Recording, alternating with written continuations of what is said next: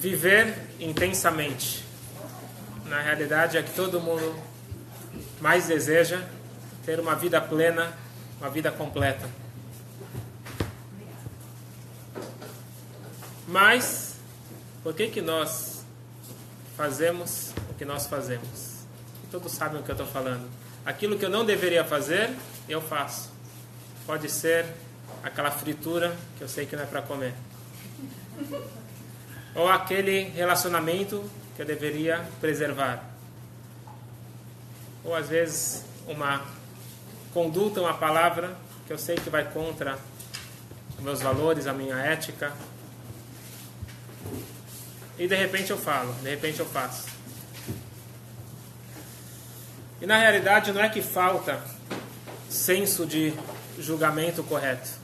Uma pessoa equilibrada, acredito que a maioria de nós sabe o que é certo e o que é errado, mas não consegue colocar na prática. O que falta? Falta talvez a serenidade. Falta a tranquilidade para eu conseguir tomar as escolhas certas naquele momento de tensão. Então nós precisamos, talvez, não de mais consciência, talvez de mais tranquilidade. E é interessante que as mitzvot, elas entram como esses lembretes para me colocar às vezes no eixo ou sempre. Então eu estou entrando em casa depois de um dia difícil e eu quero trazer aquele mau humor para dentro da casa. Aí eu coloco a mão na mezuzá, eu tenho que parar por um instante e pensar que estou entrando num lugar sagrado. É uma coisa interessante na mezuzá. Para os ashkenazim, a mezuzá a gente coloca inclinada, certo? Os faradim eles colocam a mezuzá reta, os ashkenazim colocam a mezuzá inclinada. Por quê?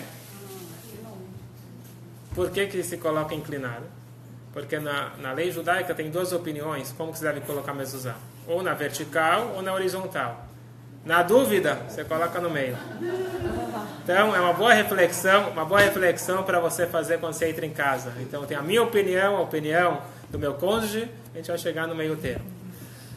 Então, a mezuzá é um lembrete. O tzitzit, o talit, é um outro lembrete. É dito que quando eu olho para os fios do tzitzit, eu lembro das 613 mitzvot. A kippah é um lembrete. E assim por diante, eu tenho ações e dias para me lembrar de quem eu sou e como devem ser as minhas escolhas. Mas a pergunta hoje é, fala sério, será que Deus se importa com esses mínimos detalhes? Se o importante é lembrar, se na mezuzá tem uma letrinha a mais, uma letrinha a menos, se arrancou um fio do tzitzit, se eu atrasei 1 minuto para acender as velas de Shabbat, será que faz tanta diferença para Deus? O importante não é a tradição, o simbolismo. A pergunta que eu escuto frequentemente: será que um Deus tão grande, infinito, se importa com detalhes tão bobos?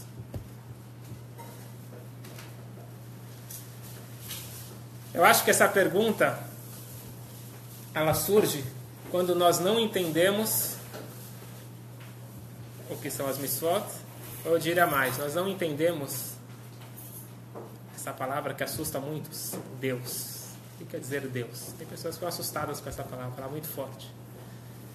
Então, primeiro que, quando a gente fala de Deus, nós estamos falando de alguém que nos ama e alguém que quer o nosso bem. Então, sempre a palavra Deus é uma palavra positiva. Se por algum motivo na infância ou de influências nós tivemos uma conotação negativa, então espero que com as aulas de Tânia a gente mude essa noção.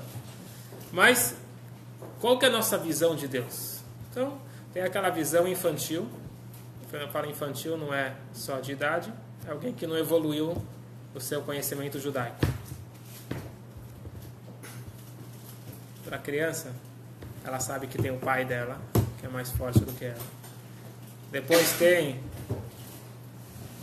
o presidente dos Estados Unidos, assim por diante, eles vão criando as hierarquias, e ele vai imaginando que tem um rei, e de repente tem Deus, que ele é mais forte que todos juntos.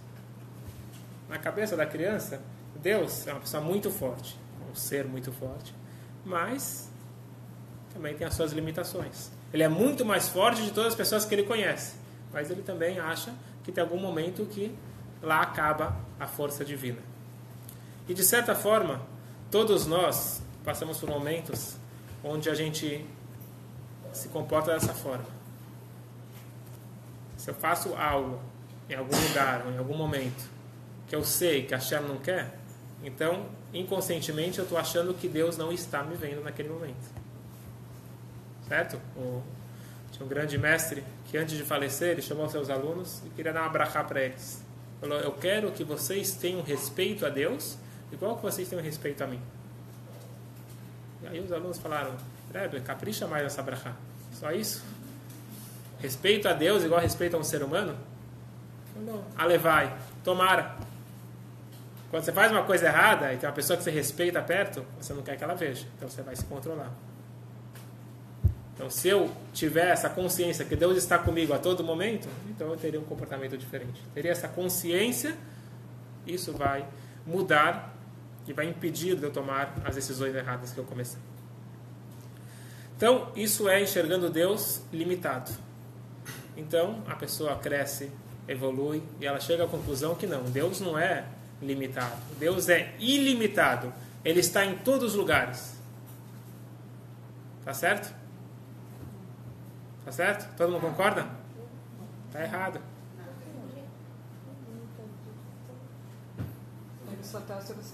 Deus é ilimitado? Deus é infinito? Errado. Diz a Kabbalah, quando você fala que algo é infinito, você está limitando ele. Presta atenção. Ele é só infinito e ele não é finito. Então você tem o finito que é limitado e você tem o infinito que é limitado. Cada um na sua limitação. Deus, ele não é nem finito nem infinito. Não é nem limitado nem ilimitado. Ele é acima de tudo. E ele criou o infinito e o finito. Isso é muito importante, porque a nossa visão do judaísmo é: o céu é mais importante que a terra, a sinagoga é mais sagrada que a minha casa, e assim por diante. Nós vamos fazendo as diferenças de lugares e de datas e de pessoas, quando na verdade Deus, ele está acima de tudo e ele criou os dois. Deus criou o céu e a terra. Deus criou o espiritual e o físico. E o que está mais próximo de Deus? O físico ou o espiritual? Os dois, certo. Mas Deus escolheu o físico como um meio de conexão a Ele. E aqui que entra as mitzvot. As mitzvot não são feitas normalmente com coisas espirituais. São muito físicas, muito materiais. 98% das mitzvot envolvem algum objeto físico. Porque Deus escolheu, isso é um tema à parte, porque Deus escolheu o físico, mas hoje nós vamos estudar um pouquinho mais profundamente a vantagem do físico versus o espiritual. Tem um colega que ele falou o seguinte, ele disse que o mundo é um grande shopping center. As mulheres gostam. Então, esse mundo é o lugar de fazer compras. Comprar roupas bonitas para chegar bem arrumado para a festa. Não é invenção minha nem dele, isso está escrito na Mishnah. Esse mundo é uma antessala para o mundo vindouro. Se enfeite nesse mundo para chegar preparado para a grande festa. Então isso consta na Mishnah, na ética dos pais. A minha pergunta hoje é a seguinte: o que é mais importante? A festa ou a preparação? O que é mais importante? Fazer as compras ou chegar bem vestido? Eu vou perguntar diferente. Será que realmente a festa é mais importante e eu preciso me preparar para a festa? Ou a festa é só uma desculpa para me preparar? Você nunca vai chegar na festa se não estiver preparado. Essa pergunta ontem alguém me fez, num momento de desespero, na porta do CTI. Ele perguntou o seguinte: para que rezar pela cura se pelo judaísmo o paraíso é muito melhor? Eu não tinha tempo de dar toda a explicação profunda. Expliquei rapidamente, mas hoje a gente pode entender essa pergunta. Parece boa, mas vem justamente desse ponto que eu considero Deus infinito. No momento que eu entender que Deus, ele não é nem infinito nem infinito, e ele escolheu esse mundo físico, Então nós vamos entender que o objetivo está aqui nesse mundo. Vale todo e qualquer esforço para se manter uma pessoa viva por mais um instante. Tinha uma pessoa que ele achava que a forma de se conectar a Deus é se afastando um pouco do mundo físico. Então, ele, em vez de dormir em casa, no colchão, ele dormia na sinagoga, no banco duro. Era a forma dele de se afastar do mundo físico. Isso aqui acontecia bastante no passado, onde não tinha incorporado direito a doutrina racídica, que a gente tem que servir a Deus com alegria, e o conforto pode nos ajudar a servir a Deus com mais alegria. E depois de 30 anos, viver nessas condições, com certeza também não se alimentava da melhor forma, ele ficou muito doente, e ele sentiu que ele estava partindo, e aí ele, um dia, falando com seus colegas, alunos, não sei, ele falou: me arrependo de tudo que eu fiz.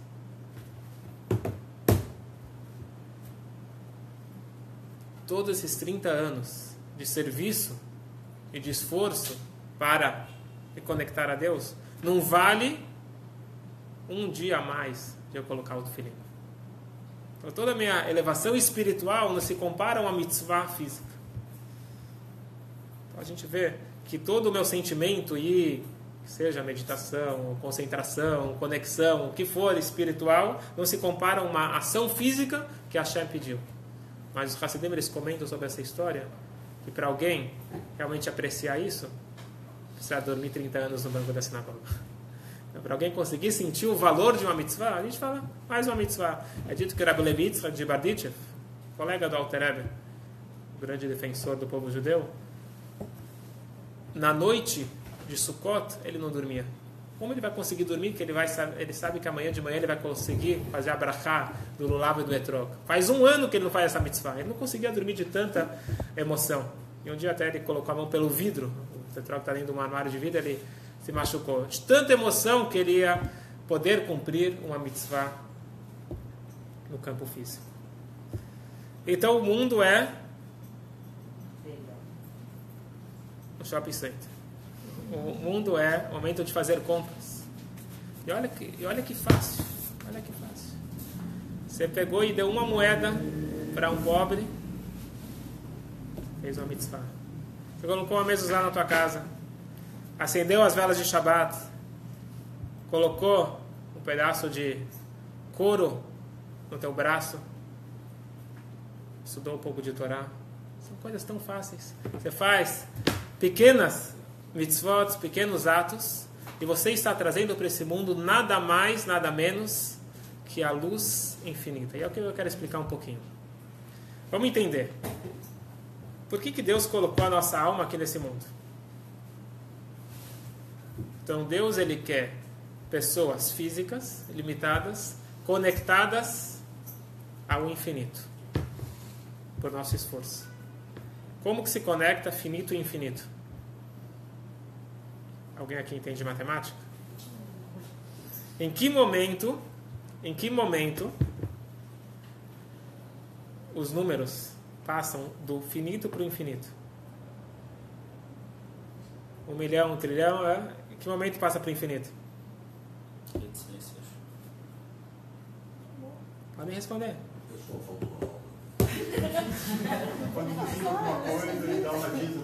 Quando que passa do finito para o infinito?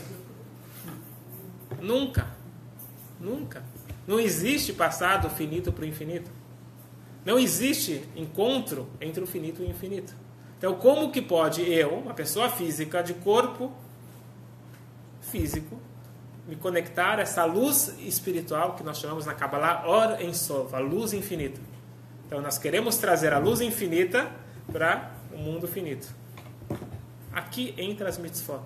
Pode ser que a gente não enxerga, mas no momento que eu faço toda e qualquer mitzvah, eu estou unindo o infinito ao finito. Por quê? Porque a mitzvah, ela vem de um lugar que é acima do finito e do infinito. Vem da onde? Da essência de Deus. E aqui eu vou falar para vocês o grande segredo desse mundo físico. Uma vez,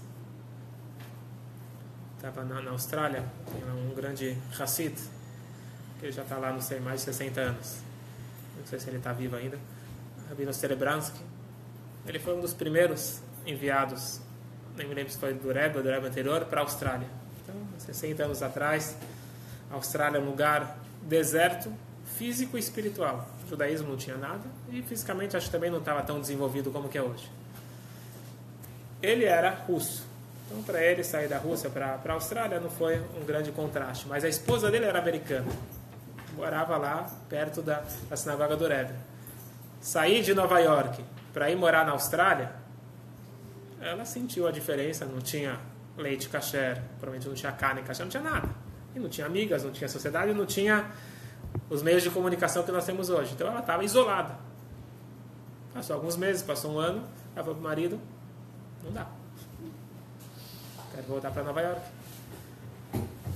O marido escreveu uma carta para o Rebbe. Uma das condições que sempre o Rebbe perguntava para alguém que falava, eu quero sair de Shlichut, eu quero ir para algum lugar, ele falou, tua esposa concorda? Então sempre era importante que os dois concordassem, não era uma coisa forçada. O Rebbe respondeu com uma carta trazendo uma aparente contradição da Mishnah. Nós acabamos de falar. Num lugar está escrito, mais vale uma hora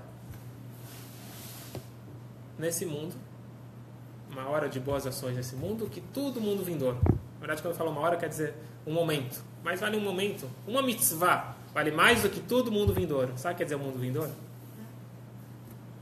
O paraíso. Ninguém sabe o que é paraíso, mas a gente imagina que é uma coisa boa. Certo? Quando eu falo para as pessoas, se vocês querem se preparar ao paraíso, ninguém quer. É passar o dia inteiro estudando Torá. No paraíso, esse é o maior prazer. Mas eu matei uma parte e para isso precisa se preparar para conseguir apreciar o paraíso. Mas mais vale uma hora, uma mitzvah aqui nesse mundo que todo mundo vindouro. Nós estamos falando pessoas que estão lá há milhares de anos. Moshe Rabbeinu, 3.000 anos, mais vale uma mitzvah que eu faço aqui do que todo o mundo vindouro de Moshe Rabbeinu. E na mesma Mishnah está escrito, mais vale uma hora de prazer no mundo vindouro do que toda a vida nesse mundo terreno. Eu conheci essa. Então, está na mesma Mishnah, no Pirkei Avot, na mesma Mishnah tem essas duas citações que são contraditórias. E o Rebbe escreve na carta e fala, não tem contradição. Depende. Mas vale uma hora no mundo vindouro. Mais vale uma hora bem aproveitar nesse mundo do que todo mundo vindouro. Depois está escrito, mais vale uma hora de prazer no mundo vindouro do que toda a vida nesse plano terrestre. Então, na realidade, não tem contradição. Depende melhor para quem. Para a pessoa, é óbvio que é melhor no paraíso. Não tem que pagar contas, não tem problemas. Você está só aproveitando no bom sentido. Você está com uma vida maravilhosa. Mas para Deus, mais vale uma mitzvah do que todo o prazer no mundo vindouro. Para Deus é melhor aqui. Para mim, egoísta, pensando em mim, é melhor o paraíso. E o Rebbe falou para a esposa dele refletir. Não tenho dúvida que para você é melhor em Nova York. Com certeza. Mas pensa se isso também é melhor para Deus. É óbvio que o Rebbe não falaria isso talvez para qualquer um, mas alguém que está preparado para escutar, refletir e continuar as próximas décadas lutando por esse ideal. Uma reflexão interessante e importante para cada um de nós. E isso, na verdade, não se aplica só à questão desse mundo e o mundo vindouro. Isso se aplica à questão de responsabilidade. Quantas pessoas quiseram, por motivos pessoais, abandonar cargos importantes comunitários? Até essa semana eu estava lendo de alguém que era um rabino nos Estados Unidos e decidiu que ele vai se aposentar e ele vai morar em Israel tranquilo. E aí ele vendeu a casa dele, saiu do emprego e passou pelo Rebbe só para se despedir. Não era um Hassidah, mas passou para pedir uma brachá ao Rebbe. O Rebbe falou, quem falou para você fazer isso? Você tem lá uma comunidade, você tem lá pessoas. Para você é melhor continuar lá. Só que ele não escutou. Ele foi e depois de alguns meses percebeu que realmente era melhor ele voltar. Quando ele voltou já não tinha mais emprego, já não tinha mais o que fazer. Mas isso o Rebbe falou para inúmeras pessoas. Quem te deu o direito de pensar em você? Falou, mas Rebbe, mas já fiz tanto pela comunidade. Falou, você já acabou a tua missão? Quem acabou a missão está lá em cima. Quem está aqui, nós temos uma missão até o final. Então, é uma responsabilidade que é colocada sobre nós de encarar a nossa missão. Ah, mas eu escolho a minha vida. Será? Não estou falando isso como uma coisa negativa. É uma coisa positiva, porque se eu estou cumprindo a minha missão, eu vou me sentir realizado, vou me sentir a pessoa mais feliz do mundo. Então, é lógico que cada caso é um caso, mas lembrar desse conceito. Mais vale uma mitzvah do que todo o paraíso. Mais vale eu incorporar a minha responsabilidade do que talvez um prazer egoísta.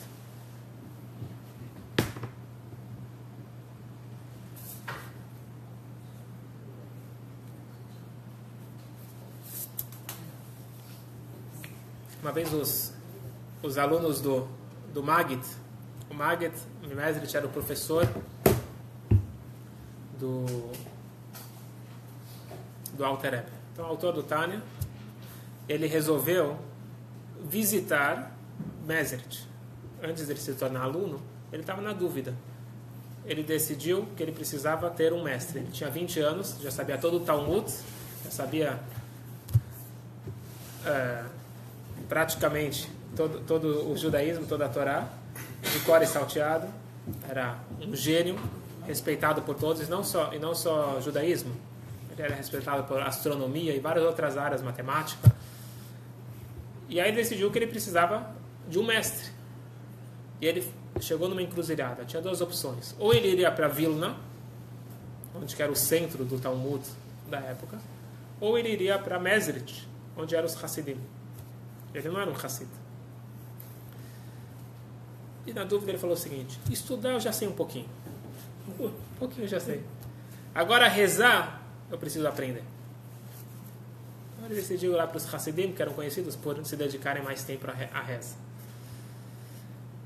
E ele conta lá, tem vários episódios que no início ele achou muito estranho tudo, queria abandonar. E um dos episódios que fez ele ficar, ele conta que estava lá Hevra Kadisha, a gente chama de Hevra Kadisha, quem cuida do cemitério, mas Hevra Kadisha, o nome original é Hevraya Kadisha, o grupo sagrado. Então os alunos do Maggid eram chamados o grupo sagrado. 120 alunos da mais alta qualidade, que depois se tornaram famosos Rebbes. Então as linhas racídicas que nós temos hoje saíram desses alunos. E eles estavam lá reunidos, conversando, com certeza não fofoca, eles estavam falando de anjos, de mundos, de sfirot, estavam falando de níveis tão elevados que o Alter Rebbe, que estava só observando isso, ele percebeu que eles estavam quase saindo do corpo. E a gente tem histórias dessas, de pessoas que entram muito profundo na mística e a gente não precisa se preocupar que a gente não vai chegar lá. Mas eles estavam quase saindo e de repente eles escutam uma bengala, o Maggid andava de bengala, se aproximando. Todo mundo fica quieto, o mestre está chegando. E o mestre fala o seguinte, ele traz um versículo: Anochi asiti eretz ve'adam alea barat. Deus fala, eu fiz a terra e o homem sobre ela eu criei. Não passou o versículo. E o Maggid ele explica esse versículo da seguinte forma: Anochi, eu, quando está escrito na Torá, eu, quer dizer a essência de Deus. A essência de Deus, imagina só, a essência de Deus poderia ter criado N coisas. Resolveu criar uma terra física ilimitada. Então Deus ele criou a terra, criou o plano físico. Para quê? Qual que é o objetivo?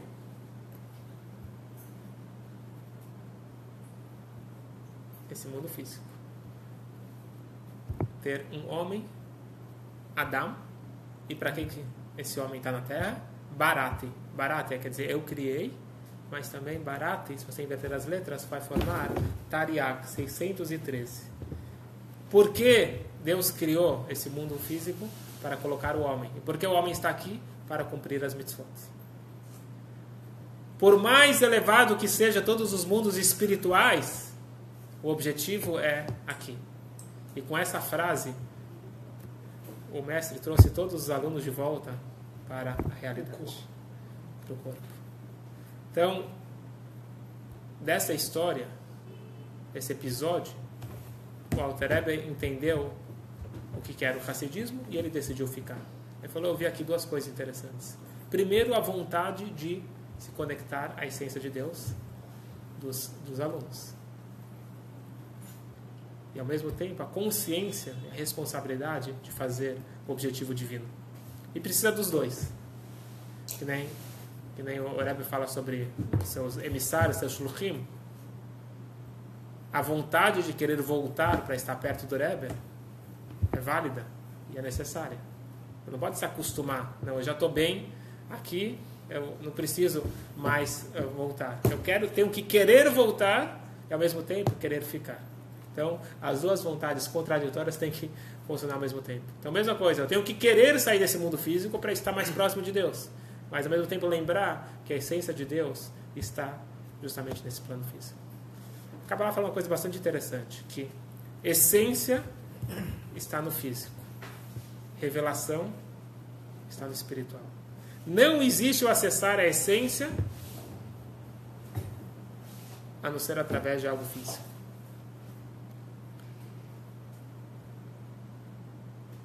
O paraíso não tem essência de Deus. Por mais elevado que seja a experiência, lá não tem essência de Deus. Lá tem apenas uma manifestação, uma expansão, mas não é essência. Um exemplo interessante, pensa em Einstein, pode ser? Então ele tem lá o seu pupilo, o seu melhor aluno, que entende tudo o que ele fala. Não sei se tudo, mas pelo menos entende grande parte. E você tem o filhinho de Einstein que tem 2 meses. Quem está mais próximo do mestre? Espiritualmente, quando fala espiritualmente não quer dizer religioso, espiritualmente quer dizer no plano intelectual, o aluno. Mas na prática, fisicamente, quem está mais próximo ao mestre? O filho. Então nós somos comparados ao filho. Nós pode ser que não entendemos Deus, nós não conseguimos ver essa revelação, mas aqui tem a essência, porque Deus escolheu a terra física. E no paraíso tem uma manifestação de Deus. Então, nós temos que apreciar as mitzvot, nós temos que apreciar esse mundo físico. Um outro grande rabino da Austrália, que na verdade era o rabino-chefe do Lubavitch lá, o rabino Groner, irmão do secretário do Rebbe. Ele já faleceu, eu tive o privilégio de conhecer ele, um grande homem, alguém que transformou o judaísmo na Austrália, há 50 anos. Ele era o responsável pela escola, pela sinagoga, por tudo. Um homem de uma inteligência ímpar, memória incrível e também um grande coração. Normalmente não vai junto, mas ele tinha os dois juntos, cabeça e coração. Então, tinha uma pessoa bastante emotiva ao mesmo tempo que muito intelectual. Eu escutei isso de um colega dele, não foi dele que eu escutei, mas a primeira vez que ele foi visitar Tzfat. Já contei para vocês essa história, não? Primeira vez que ele foi visitar Tzfat. Quem conhece Tzfat, lá você tem um antigo cemitério de Tzfat, que é numa rampa. Dizem que lá tem mais de 1 milhão de pessoas enterradas, uma em cima da outra, porque as guerras, terremotos, etc., foram cobrindo. E lá tem grandes personalidades. Acredito que lá tem pessoas que a gente não sabe lá da época do Talmud, mas tem muitas pessoas que nós sabemos. Tem o Arizal, o grande cabalista, tem Hana, os 7 filhos, tem grandes mestres enterrados lá. E esse rabino Groner, ele foi lá pela primeira vez. E ele, cada túmulo que ele parava, ele sabia a história de cada um dos mestres. E ele começou a viver aquilo. Então ele estava voltando de repente para a época do Talmud, para a época dos pais da Kabbalah. Ele estava tendo lá uma vivência única. E ele não conseguia sair de lá. Ele passava lá horas e horas. Ele estava com outro colega, um Hassid, Rabino Chen, Hassid também muito especial. E de repente o dia estava acabando, o sol estava se pondo, e o Hassid grita lá de fora: Rebbe Yitzchok, Mincha, está na hora de Mincha, você vai perder Mincha. Balta, já estou indo. Passo mais 10 minutos e nada. Ele grita de volta, Mincha. E ele fala, comecei a pensar dentro de mim. Eu faço Mincha há décadas. Vou continuar fazendo Mincha há décadas. Agora eu estou tendo uma experiência única, né? Deixa eu viver esse momento. E o Hassid lá fora, bastante sábio, gritou o seguinte: Yitzchok, dos isgiluim mincha is etzem. Falou, isto é revelação. Mincha é essência. E imediatamente ele saiu de lá, porque ele era um Hassid também, e ele entendeu o que o outro estava falando. Tua emoção nesse momento é a tua expressão de conexão com Deus. Agora a vontade de Deus é que você saia e faça mincha nesse exato momento. E para isso precisa ser bastante conectado para conseguir entender que a minha conexão com Deus não é a minha expressão, mas sim ser humilde o suficiente de escutar o que Ele está me pedindo e não impor o que eu quero sobre Ele. Isso se aplica para Deus e se aplica também para os relacionamentos. Com muita gente, muitas vezes, eu não amo a pessoa. Eu amo a versão da pessoa que eu tenho sobre ela. Então, eu não consigo abrir espaço para outra pessoa. Eu crio as pessoas da forma que eu quero. Então, os relacionamentos são baseados na minha interpretação. Então, não é dessa forma. É escutar o outro, ver o outro, é a mesma coisa com Deus. Não é o meu judaísmo. O judaísmo não é meu. O judaísmo é divino, é a vontade divina. Então, as mitzvot são a vontade divina. Então, se eu quero me conectar à essência de Deus, por mais difícil que seja, porque a experiência, às vezes, pode ser muito mais intensa.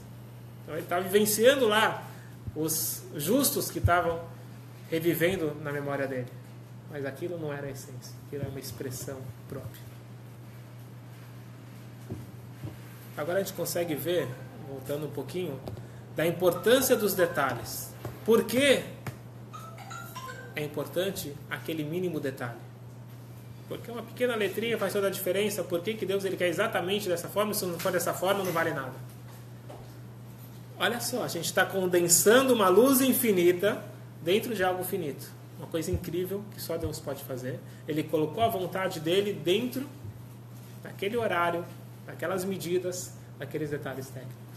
Se eu faço diferente, é a minha expressão, a minha vontade. Posso ter uma melhor das vontades, mas na prática não vai funcionar. E na realidade tudo funciona assim.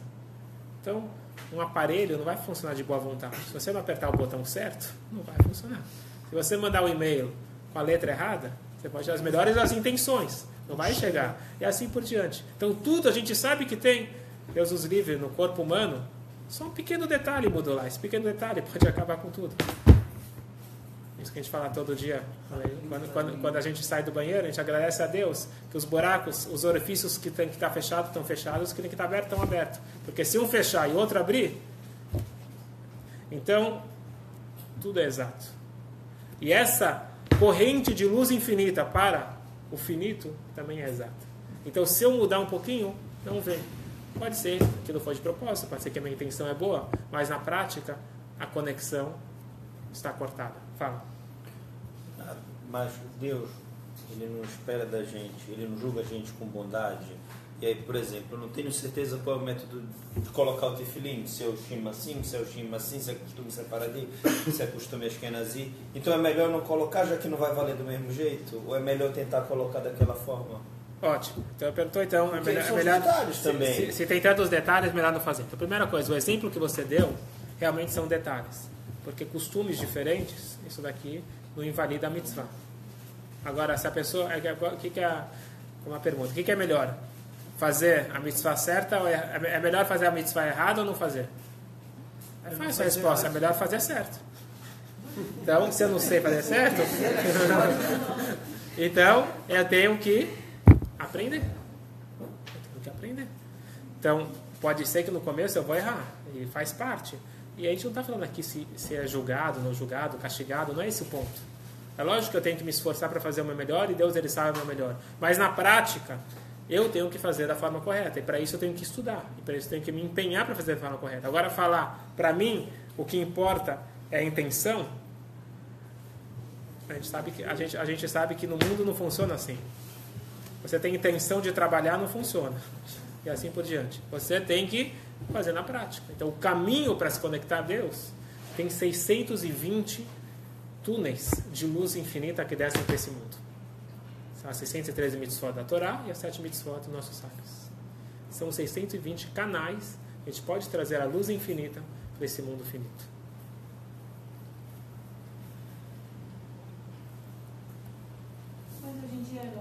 Não são sempre alguma coisinha, 113, 19? Então, hoje, na verdade não é só hoje, sempre é impossível uma pessoa cumprir as 613, 620 mitzvot, porque tem mitzvot que são do homem, tem mitzvot que são da mulher, tem mitzvot que são do rei, tem mitzvot que é do Cohen, tem mitzvot do Levi, mitzvot da terra de Israel, assim por diante. Nós temos que fazer o que é possível para nós fazer. E os outros complementam. Então, Cohen me ajuda parte. A mulher, minha esposa, me ajuda a cumprir as minhas mitzvot. Então, são complementares. Mas aquilo que cabe a mim, aquilo eu tenho que finalizar. E se eu não finalizei numa reencarnação? Então, a ideia de voltar em outra reencarnação é para finalizar aquilo que eu não acabei na primeira. Então, todos nós temos que cumprir as 613 mitzvot. E esse é um dos motivos da campanha do Rebbe de estudar as 613 mitzvot. Hoje em dia tem no celular, tem em português, chamado Sefer HaMitzvot, lá tem as 613 mitzvot. Então nós temos que, sem falar Kabbalah, para a nossa alma estar completa, nós precisamos das 613 mitzvot, no pensamento, na fala e na ação. Então, se a gente não consegue colocar na ação, pelo menos pensamento e fala nós conseguimos fazer. Então, grande parte desse pacote é feito estudando as 613 mitzvot. Então, tem essa campanha do Rebbe de estudar a cada dia 1, 2, 3 mitzvot, tem um calendário. Se você abrir no celular, cada dia vai abrir a mitzvah do dia. E com isso, em um ano, você acaba essa leitura, esse estudo. E você está cumprindo da forma que você pode. Por isso que todo dia de manhã a gente lê os sacrifícios que eram feitos no templo nesse momento. E fala, Deus, eu estou fazendo a minha parte. Estou estudando, estou falando e só não faço mais porque não tenho tempo. E aí é com você o problema. Por favor, resolva logo e traga o templo para a gente poder cumprir as mitzvot da melhor forma possível. Então, é um dos argumentos que a gente pode usar para Deus. Deus, é para você. Você não quer que a gente faça as mitzvot? Então, dá um jeito de resolver logo isso. E por isso a gente pode... E essa é a forma correta de pedir. Eu não quero saúde por um motivo egoísta. Eu não quero panassá por um motivo egoísta. Eu quero ter saúde, ter panassá e tudo que eu preciso, tranquilidade, para poder servir a Deus. E se eu peço dessa forma, funciona. E essa forma que tem que ser pedida, principalmente em Rosh Hashanah, mas todo o ano. Se eu peço de uma forma egoísta, aí vai começar a ver, mereço, não mereço. Então, tira o eu da questão e fica bem mais fácil. Fala por Deus. Deus, eu estou vivo, quer dizer que você precisa de mim. Você precisa de mim. Me ajuda a poder te ajudar.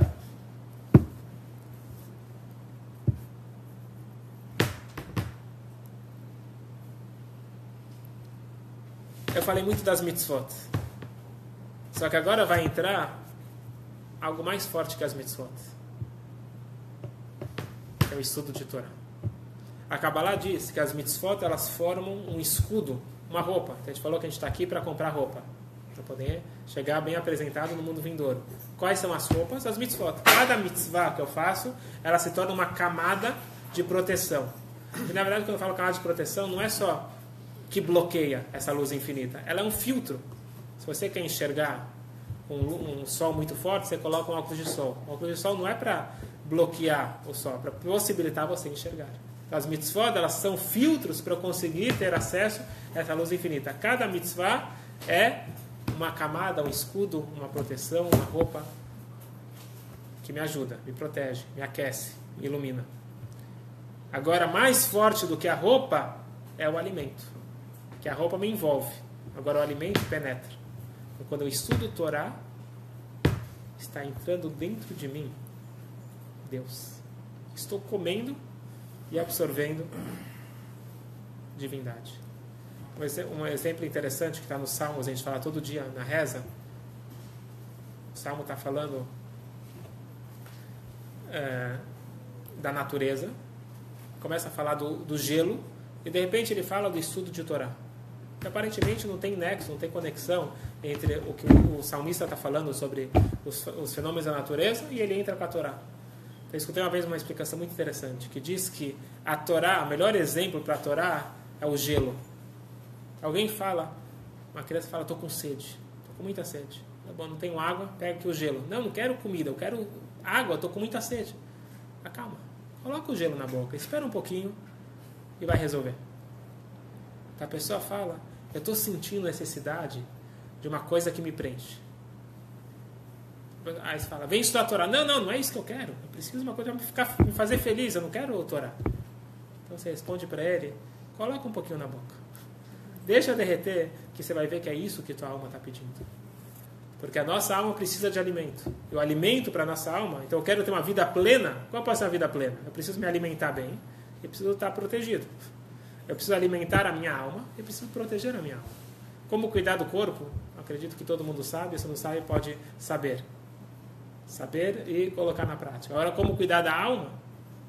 Alimentando a alma e envolvendo ela de luz. Então, a Torá e as mitzvot é que me trazem para uma vida plena. Para um Yehudi, esta é a receita de bolo para uma vida plena. Só que nem sempre a gente consegue valorizar. Contam que tinha umas histórias do Magni Dubna.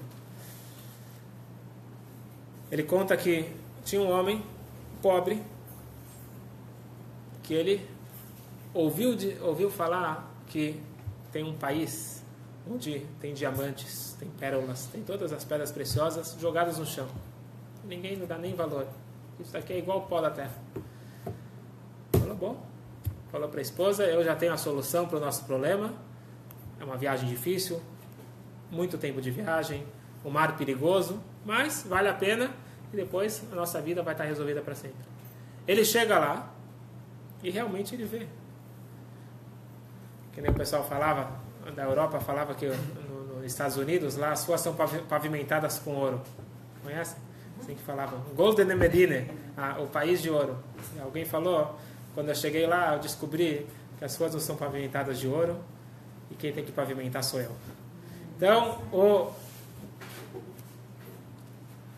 esse homem, ele chega lá e tem diamante, realmente as ruas são de ouro, e ele começou a pegar, encheu o bolso, encheu a sacola de pedras preciosas, ele já achava, bom, agora vou comemorar, eu não sou mais pobre, eu sou milionário, vai no melhor restaurante da cidade, pega o prato mais caro, e na hora de pagar, ele pega lá um diamante, e fala assim, não se preocupe, pode ficar com o troco, tenho muito.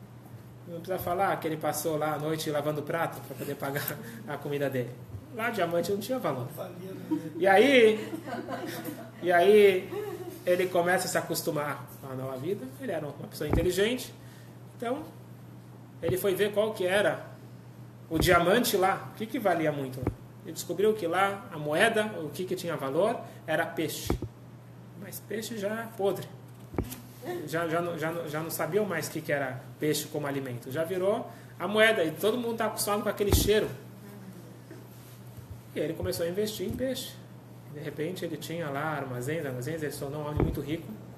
E aí chegou a hora de voltar para casa. Ele se preparou, encheu os navios dele de peixe e voltou. Finalmente ele conseguiu chegar em casa. E ele manda um telegrama avisando, estou chegando, prepare um tapete vermelho, nunca mais vocês vão ter fome na vida. E não precisa falar que assim que ele chega lá, ele é ordenado voltar para o alto mar para despejar aquela grande mercadoria dele. Decepcionado, triste, envergonhado, ele vai deitar na cama e de repente cai do bolso dele umas pedrinhas, uns brilhantes.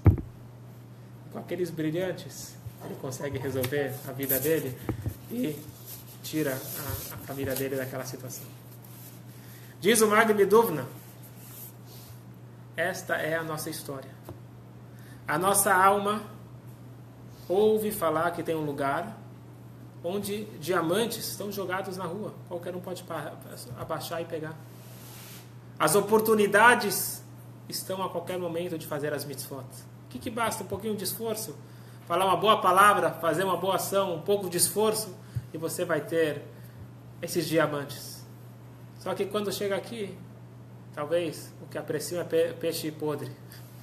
Talvez o que é valorizado aqui são outras coisas. E ele passa a vida dele acumulando aquilo que ele acha que vai trazer para ele a riqueza e a felicidade.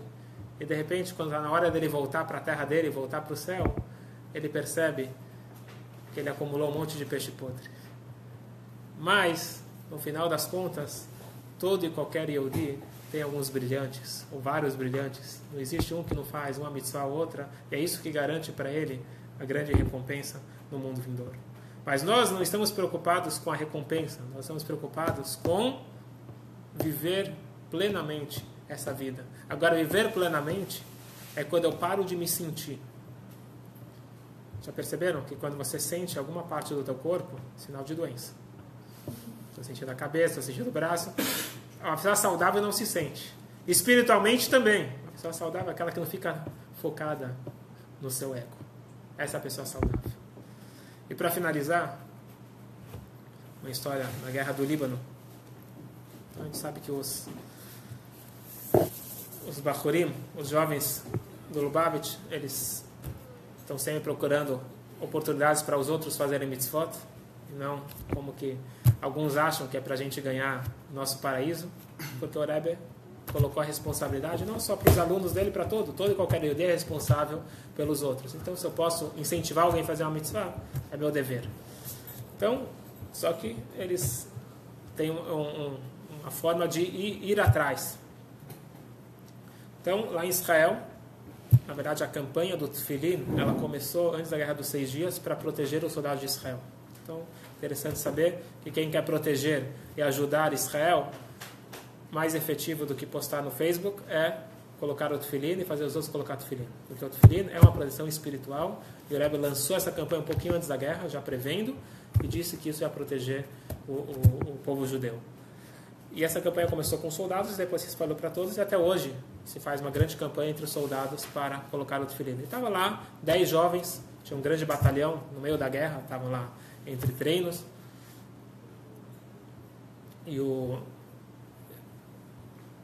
esse jovem, ele conta que ele chegou, tinha um jipe atrás do outro, já estavam todos preparados, 2 soldados em cada jipe.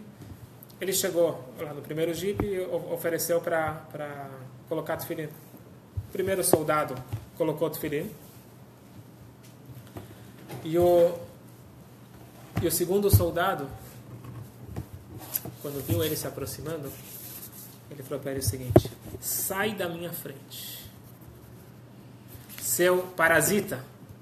Se você não sair da minha frente, eu vou te não precisa continuar todas as frases, eu te odeio. E começou a xingar lá. E aí começou a xingar o jovem.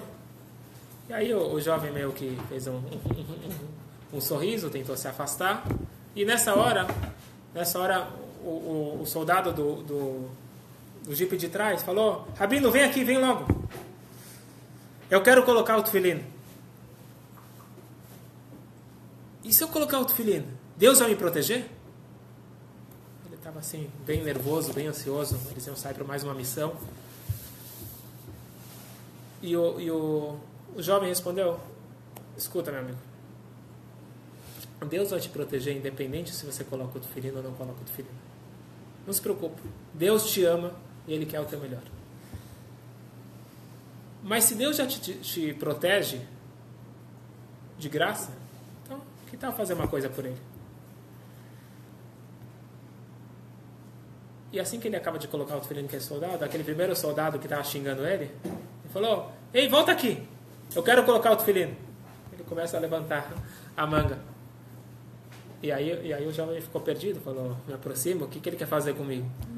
Ele: perdão, você está falando sério? Aí ele falou: sim, o que te importa? Eu quero colocar o Tefilin, vamos. Aquele jeito israelense. E aí, depois que ele colocou o Tefilin, aí ele explicou para ele: eu vou te falar. Colocar o Tefilin para ir para o céu ou para ser religioso, isso não é para mim. Agora, colocar Tefilin sem motivo nenhum, isso eu quero. E aqui acaba a história. E aqui nós vemos a essência de um Yehudi. Um Yehudi, ele quer colocar tefilim, ele quer fazer mitzvot, porque um Yehudi ele quer estar conectado com quem ele já está conectado, mas ele quer melhorar a sua conexão. A nossa conexão é de nascença. E o judeu ateu? O judeu ateu é igual o filho que fala para os seus pais, vocês não são mais meus pais. Ele pode falar o quanto ele quiser, mas não deixa de ser pai dele. Eu não acredito em você. Tá bom, mas não deixa de ser pai. Então o Yehudi não é uma opção lógica.